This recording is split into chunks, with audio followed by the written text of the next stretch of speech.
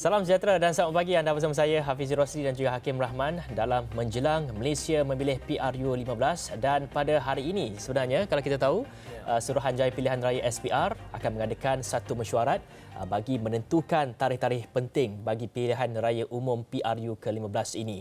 Dan SPR juga akan mengumumkan jumlah pemilih berdaftar, jumlah petugas pilihan raya, jumlah premis yang akan digunakan sebagai pusat mengundi, saluran mengundi dan juga peruntukan keseluruhan dan juga garis panduan untuk pengundian itu sebenarnya. Baik, dan jadi menjelang Malaysia memilih ini, kita nak membincangkan sedikit mengenai proses pilihan raya di Malaysia ini. Dan untuk itu kita akan bersama dengan tetamu Datuk Wan Ahmad Wan Omar, bekas Timbalan Pengurusi SPR Suruhanjaya Pilihan Raya Malaysia. Assalamualaikum, selamat pagi Datuk. Terima kasih kerana hadir ke awal ini pagi. Datuk, pertama sekali kita nak bercakap mengenai konteks hari ini. Tak lama lagi ni pukul 10 dijangkakan bermula mesyuarat. Kemudian mungkin sejam 2 jam lepas tu biasanya memang akan diumumkan tarikh-tarikh pentingnya bila dan sebagainya. Cuma dari segi pengalaman Datuk, saya kira Datuk hampir 2 dekad bersama dengan SPR. 18 tahun. 18 tahun. Apa mungkin pertimbangan pihak Suruhanjaya Pilihan Raya SPR dalam menentukan tarikh-tarikh penting ini, hari penamaan calon, hari mengundi, tempoh mengundi dan sebagainya? SPR menggunakan banyak faktor lah untuk menentukan tarikh-tarikh yang penting ini. Kerana semua proses urusan pilihan raya ni dia berlandaskan undang-undang dan peraturan-peraturan bagi SPR menjalankan pilihan raya. Jadi dan SPR juga mempunyai satu objektif, iaitu pilihan raya ni perlu diberi keselesaan kepada rakyat selaku pengundi. Jadi banyak faktor yang perlu diambil kira oleh SPR. Maka itu 4 tarikh penting ni adalah perlu difikirkan sebegitu teliti oleh SPR. Yang pertama dua tu tarikh keluar writ dengan tarikh keluar notis itu perkara administratif saja. Ya. Tidak ada hak tempoh di situ. Kalau Parlimen bubar pada hari ini, besok pun SPR boleh keluar writ kepada pegawai pengurus kita di seluruh negara bagi pilihan raya umum lah. Kalau pilihan raya kecil, lagilah ada. Tak ada kekangannya tu. Dan antara writ dengan notis pun tidak ada tempoh masa yang ditetapkan di bawah undang-undang. Tetapi daripada tarikh notis kepada tarikh penamaan calon ada tempoh masanya, iaitu jangan kurang pada 7 hari. Dan daripada tarikh penamaan calon hingga tarikh pengundian jangan kurang pada 11 hari. Ini undang-undang. Jadi sebab itu sekarang ni banyak orang membuat ramalan. Sebab apa? Rakyat Malaysia dah cerdik sekarang ni tentang pilihan raya. Mereka dah baca undang-undang dan mereka dah menjangka. Sebab itu bila Astro Awani buat kaji selidik masing-masing memberi jangkaan bila tarikh mengundi, dan untuk mengetahui bila tarikh mengundi itu dia meramalkan bila tarikh penamaan calon. Jadi faktornya banyak yang SPR lihatlah. Pertama sekali dalam keadaan hujung tahun ni faktor cuaca. Faktor cuaca sebab apa?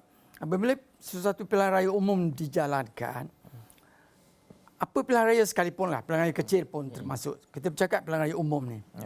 Peratusan keluar mengundi yang tinggi mempamerkan satu kejayaan kepada SPR dan kejayaan kepada proses demokrasi di negara kita. Kalau peratusan keluar mengundi melebihi majoriti saja, 55%, itu menunjukkan kepada dunia rakyat Malaysia tidak begitu berminat dengan pilihan raya. Dan kerajaan yang terpilih juga tidak mendapat mandat yang kukuh daripada pengundi melalui peti undi. Maka itu tarikh itu sedikit sebanyak ada kesannya kepada peratusan pengundian. Datuk, selain daripada tarikh melihat kepada waktu-waktu penting seperti faktor cuaca ini. Kita sedar sebelum ini pada pilihan raya umum ke-14, saya kira hari mengundinya adalah pada hari Rabu seperti kita ingat pada minggu, pada hari pertengahan minggu, bukan seperti hari cuti kebiasaan pada Sabtu ataupun Ahad. Tapi adakah sepanjang pengalaman Datuk, sepanjang pengetahuan Datuk, adakah terdapat influence ataupun pengaruh daripada mana-mana pihak, mungkin government of the day ataupun caretaker government dalam menentukan tarikh-tarikh penting ini? Adakah sesi libat urus turut dijalankan bersama, mengambil input dan perbincangan bersama mereka? Oh, tidak ada. Itu saya boleh beri jaminan. Government of the day tidak pernah mengganggu SPR dalam aspek penentuan tarikh-tarikh. Penentuan tarikh-tarikh. Mungkin dalam aspek lain, SPR ini ditubuhkan untuk menjalankan 3 perkara yang utama, ya, iaitu menjalankan pilihan raya, menjalankan mewujudkan satu daftar pemilih untuk digunakan dalam pilihan raya dan persempadanan bahagian pilihan raya. Jadi untuk 2 perkara ni, sekarang ni kita dah ada pendaftaran automatik. Betul. Jadi tugas SPR untuk menyediakan electoral roll bagi pilihan raya dah tidak serumit dahulu. Dulu menggalakkan rakyat keluar mendaftar dan sebagainya. Dan menjalankan pilihan raya adalah satu tugasan besar SPR. Juga tidak diganggu-gugat oleh kerajaan yang memerintah. Tetapi mungkin dari segi persempadanan bahagian pilihan raya, the government of the day, dia tidak ganggu seperti mana mengarahkan SPR. Yeah. Tetapi mencadangkan sedikit sebanyak tu ada. Sebab kita kena faham ya, di bawah sistem Westminster demokrasi kita ni, apa saja syur yang dibuat oleh SPR, akhirnya pergi kepada kerajaan. Betul. Government of the day sebelum dibentangkan di parlimen. Jadi maknanya peringkat itu ada. Peringkat di mana government of the day akan meneliti show SPR dan akan melihat adakah satu kebaikan kepada negara. Satu perkara yang munasabah kepada negara. Jadi apa yang saya nak katakan tadi, sure oleh SPR itu tidak direct pergi kepada parlimen. Yeah. Government of the day yang akan membentangkan di parlimen, iaitu Menteri Undang-Undang. Jadi berbalik pada soalan tarikh pilihan raya, pengalaman saya lah, tidak ada penentuan yang datang daripada pihak government of the day. Because mereka menghormati SPR dan mereka tahu SPR mempunyai satu obligasi untuk memastikan pengundi keluar peratusan yang tinggi. Betul. Selesa. Dan SPR juga mempunyai kekangan tarikh. Bukan semua tarikh yang ada pada negara kita ni boleh dipilih oleh SPR sebegitu wenang. Sewenang-wenangnya tidak. Macam saya tengok kaji selidik Astra Awani. Bulan 11 semuanya. Semua bulan 11 logik lah. Dan juga hari Sabtu. Sebab tengok pada tarikh-tarikh kekangan tempoh masa waktu undang-undang yang saya sebutkan tadi itu memang akan menjurus kepada bulan 11. Tapi ada yang mengatakan 5, ada yang mengatakan 12, ada yang mengatakan 19. Saya perhatikan daripada jawapan itu, satu perkara yang mungkin orang ramai yang menjawab kaji selidik itu, dia tidak sedari dia ada satu faktor yang akan diambil kira oleh SPR. Okay. Maknanya SPR akan mengambil input-input jugalah daripada tinjauan-tinjauan umum ni. Ada satu faktor lain yang tidak tertulis, tetapi faktor itu diambil kira oleh SPR. Apakah itu? Apakah itu? Hari mengundi, seboleh-bolehnya jangan bertembung dengan beberapa hari lain yang berlaku pada hari yang sama. Seperti perayaan agama. Seperti hari keputeraan raja-raja sultan. Maknanya SPR menghormati hari-hari ini. Perkara ini perkara yang sensitif. Katakan kalau satu hari itu jatuh hari keputeraan mana-mana tuanku sultan. Kalau hari itu SPR buat hari mengundi, bagaimana perasaan? Sensitivity. Kita kena fikir kita ni negara konstitusional monarki, Betul. negara beraja, institusi beraja kita kena hormati.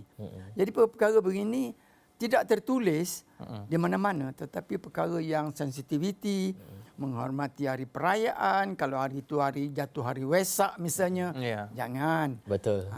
Jadi saya rasa dan faktor cuaca lah. Okey. Faktor cuaca ni kita tak boleh jangka. Betul. Datuk sebut pasal faktor cuaca ni. Sebenarnya saya nak ada satu soalan nak tanya mengenai faktor cuaca ni. Kita tahu Met Malaysia meramalkan mungkin kita akan ataupun mungkin monsun timur laut ni ataupun musim tengkujuh ni akan berlaku pada pertengahan November nanti. Dan sekiranya SPR telah memutuskan tarikh-tarikh penting ini dan juga hari pengundiannya pada pertengahan November. Jadi kita tak minta lah, mungkin ada kawasan-kawasan yang berlaku banjir dan sebagainya. Mungkin ada contingency plan ataupun mungkin ada pelan yang lain, pelan kecemasan yang boleh kita fikirkan, SPR boleh fikirkan untuk kita menukarkan bagi satu kawasan itu ke tarikh yang lain sebagai contohnya.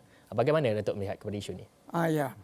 Sebenarnya di bawah undang-undang, undang-undang itu tepat iaitu peraturan-peraturan pilihan raya, penjalanan pilihan raya. In English is the conduct of election.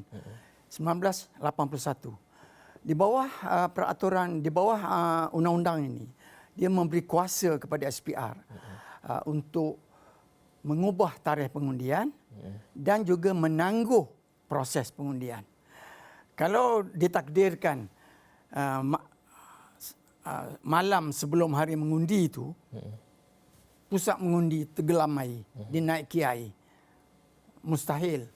Begitu sukar untuk pengundi di kawasan itu keluar mengundi. Maka SPR mempunyai kuasa untuk menetapkan tarikh lain bagi pusat pengundian yang berkenaan itu saja. Begitu juga kalau pengundian telah berjalan, maka sebelah pagi itu hujan lebat. Tiba jam 10, pukul 11, pusat mengundi dinaiki air. Maka sukar untuk pengundi pergi mengundi. Dan petugas SPR pun tak boleh bekerja dalam keadaan banjir begitu. Maka kuasa diberi kepada SPR di bawah peraturan tadi untuk menangguh proses pengundian. Bila penangguhan dibuat terhadap proses pengundian, dia ada tata cara kerja yang rapi. Yang perlu dibuat di hadapan, disaksi oleh semua wakil calon tu.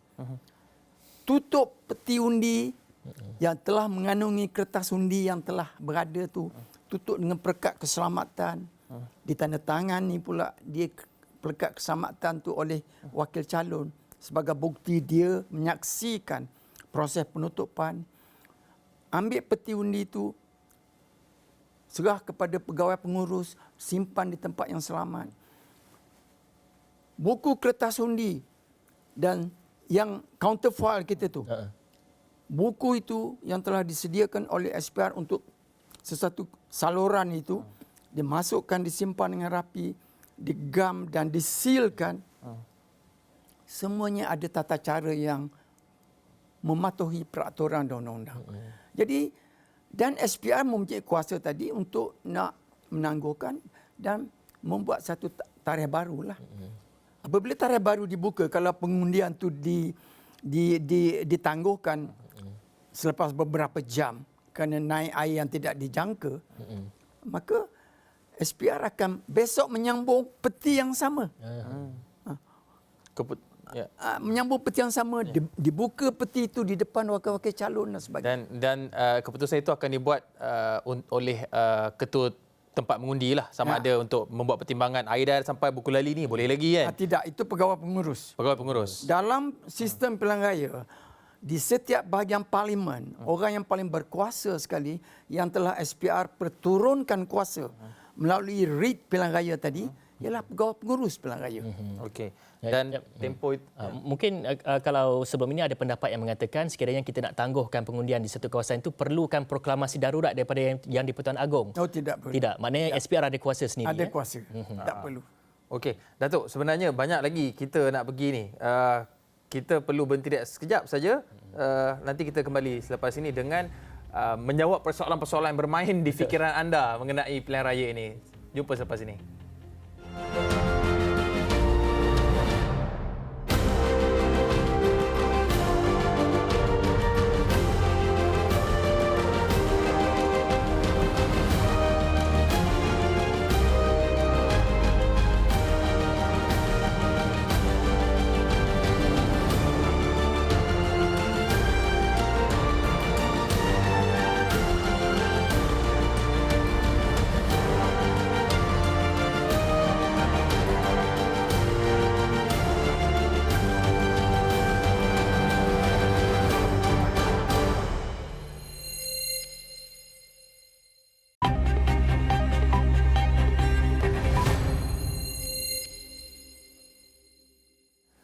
Baik, bertemu kembali dalam Awani pagi kita dalam tema payung besarnya menjelang Malaysia memilih, dan hari ini kita sedang membicarakan mengenali ataupun memahami proses demokrasi di Malaysia ini. Betul. Pilihan raya di Malaysia.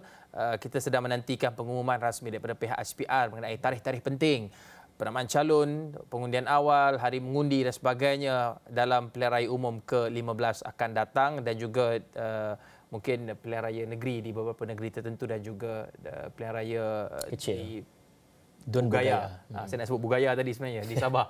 Okey, kita nak terus kembali bersama dengan Datuk Wan Ahmad Omar. Datuk Wan Ahmad Wan Omar berkenaan dengan soal kempen ini, Datuk. Tempoh tertentu berkempen ini, kita lihat kalau kita lihat sejarah hanya daripada pilihan raya umum lalu, tempoh dia ada yang 14 hari, Betul. 10 hari, tidak fix. Mungkin tempoh-tempoh ini ada pembeli ubah yang menentukannya, dan bagaimana Datuk melihat pematuhan ataupun kepatuhan parti-parti ataupun calon-calon yang bertanding dalam mematuhi peraturan ketika tempoh krusial sepanjang berkempen itu? Ya, dalam pilihan raya apa yang dipanggil satu term iaitu tempoh rasmi berkempen. Tempoh kempen ini parti politik sepanjang tahun berkempen. Setiap saat bernafas berkempen.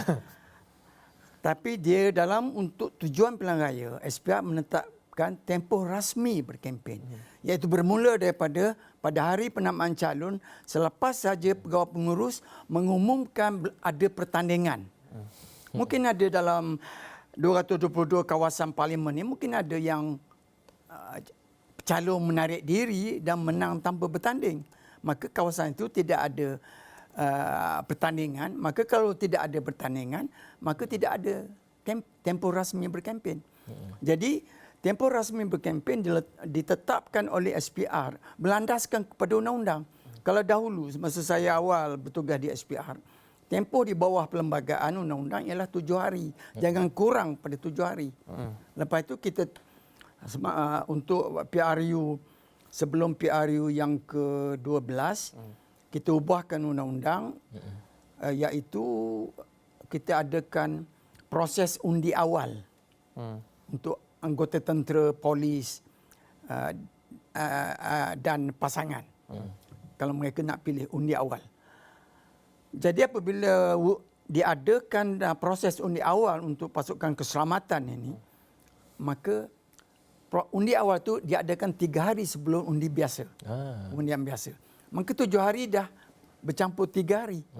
Sebab itu undang-undang dipinda sekarang, tempoh rasmi kempen jangan kurang pada 11 hari. Okay. Jadi tapi selepas 11 hari itu budi bicara SPR, kuasa SPR. Nak buat 12 hari, 13 hari, 14 hari boleh. Kalau permintaan pihak bersih satu ketika itu. Dia nak tempoh rasmi berkempen di Malaysia ni sehingga 21 hari. Tapi tak logiklah bagi saya. Berkempen terlalu lama membazir wang kepada parti-parti politik dan juga polis yang menjaga ketenteraman awam. Bekerja begitu lama untuk menjaga keselamatan ketenteraman awam. Jadi tak logik. Sebab itu SPR mengambil kira kempen terlalu lama pun menyusahkan pihak yang menjaga ketenteraman awam. Tetapi jangan kurang pada 11 hari. Okay. Dalam cakap mengenai kempen ini, kita tahu dia ada syarat-syarat ataupun ada peraturan-peraturan yang perlu dipatuhi oleh ahli politik, begitu juga dengan parti-parti politik itu. Bagi Pak Amatan Datuk sendiri selama 18 tahun berada di SPR, mungkin Datuk dapat ceritakan kepada kita, kongsikan kepada kita, apakah antara kesalahan-kesalahan yang biasanya dilakukan oleh parti-parti politik ataupun individu-individu ini ketika tempoh berkempen ini? Kerana kita tahu ketika berkempen ini, kalau nak buat ceramah dan sebagainya, perlu mendapatkan permit dan sebagainya. Mungkin apakah antara kesalahan-kesalahan lain yang menjadi kesalahan utamalah ketika berkempen ini, Datuk? Pembantuan dari segi mendapatkan permit itu boleh katakan bagus. Sebab apa mereka tahu itu di bawah kuasa polis.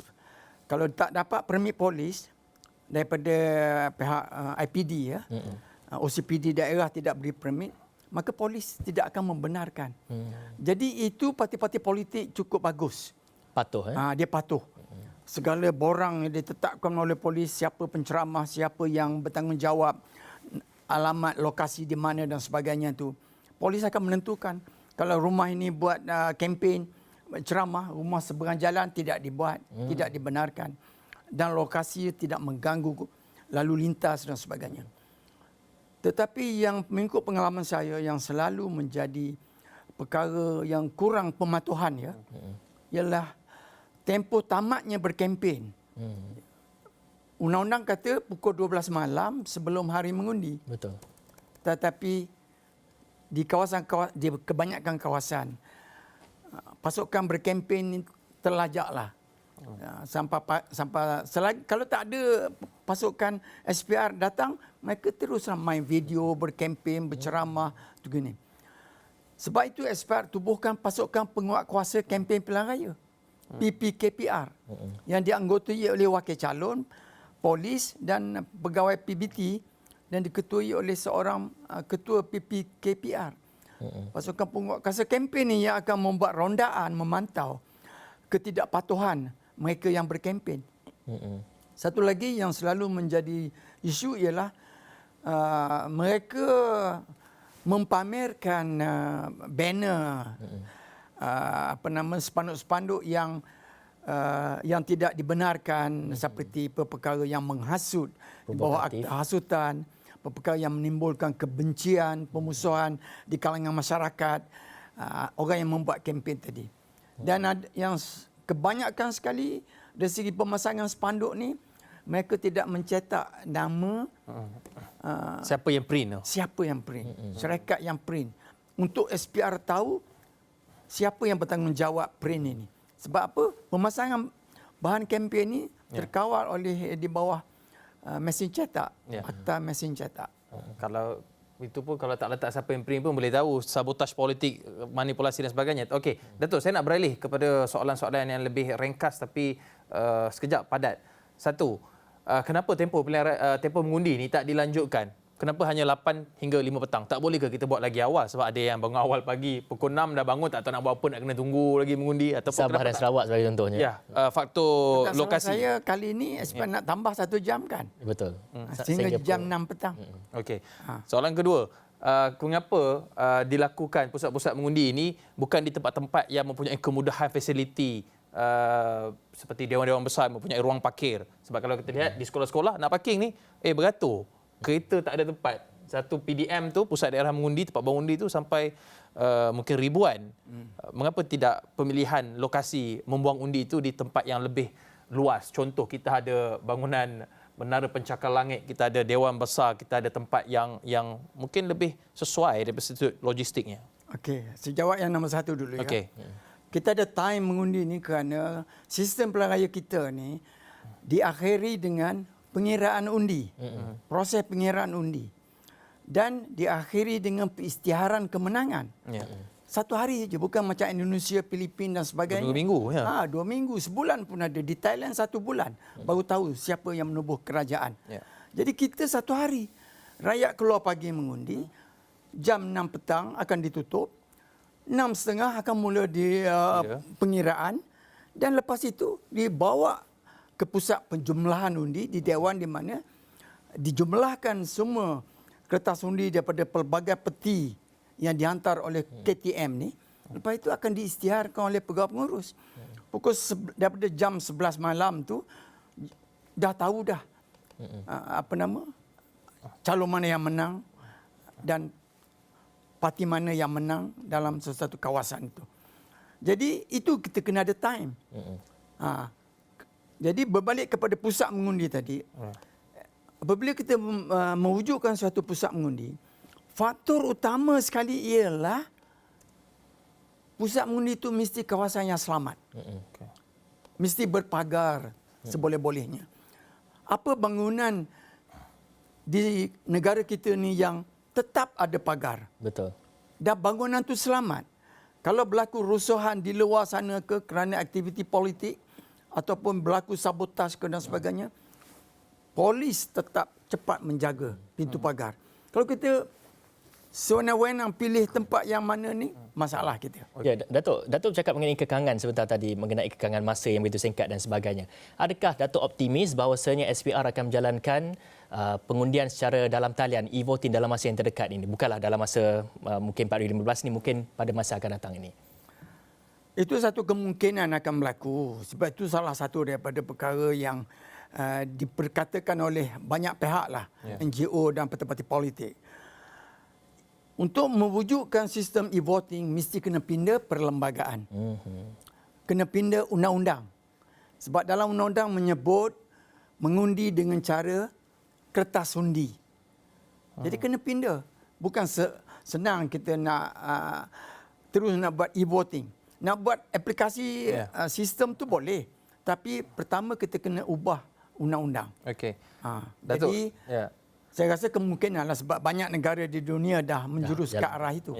Mungkin kita perlu penggubalan undang-undang. Tapi Datuk, masa sama kita ada masa berbaki kurang 1 minit. Sebelum ini ada jawatan-kuasa khas penambahbaikan sistem dan undang-undang pilihan raya ERC. Ada 49 syur yang dicadangkan, tetapi orang kata apa, long story short, tukar kerajaan tak tahu kat mana hilangnya. Cumanya pada pengamatan Datuk, apakah mungkin penambahbaikan segera ataupun low hanging fruit yang perlu dilakukan oleh pihak SPR dalam usahanya untuk mencapai objektif memastikan semua keluar mengundi, peratusan mengundi yang tinggi dan pengurusan kecekapan perjalanan pengurusan pilihan raya di Malaysia? Sebab masa yang pendek, saya bagi satu sajalah yang saya nampak perlu diberi perhatian serius oleh pihak SPR dan pihak kerajaan, iaitu oleh kerana rakyat kita ni merata-rata, terutama sekali kita dipisah dengan Laut Cina Selatan, Sabah dan Sarawak, dan rakyat Semenanjung, orang Semenanjung duduk bekerja di sana, Sabah Sarawak bekerja di Semenanjung. Sudah sampai masanya kita beri keselesaan, kemudahan kepada mereka, tidak perlu pulang ke tempat mereka. Sebab apa? Kos bagi mereka dan juga merumitkan. Jadi kita wujudkan satu seperti mana yang berlaku di Thailand lah. Iaitu dia ditentukan satu pusat mengundi awal. Kalau kita dapat adakan undi awal kepada pasukan keselamatan, kita adakan undi awal kepada mereka yang tak dapat balik ke kampung. Dia kena memohonlah macam orang mohon undi pos sekarang ni. Tambah ruang pengundi pos tu. Itu ruang undi pos. Ini undi awal. Undi awal iaitu mereka kena datang ke pusat mengundi yang ditetapkan oleh SPR untuk warga Sabah yang menetap, yang bekerja di Semenanjung tapi alamat dia duduk di Sabah. Jadi dia boleh mengundi. Jadi tak perlulah bayar tiket penerbangan dan sebagainya. Itu low hanging fruit. Itu yang paling saya nampak urgent. Dengan secara tak langsung kita luaskan peluang untuk rakyat mengundi.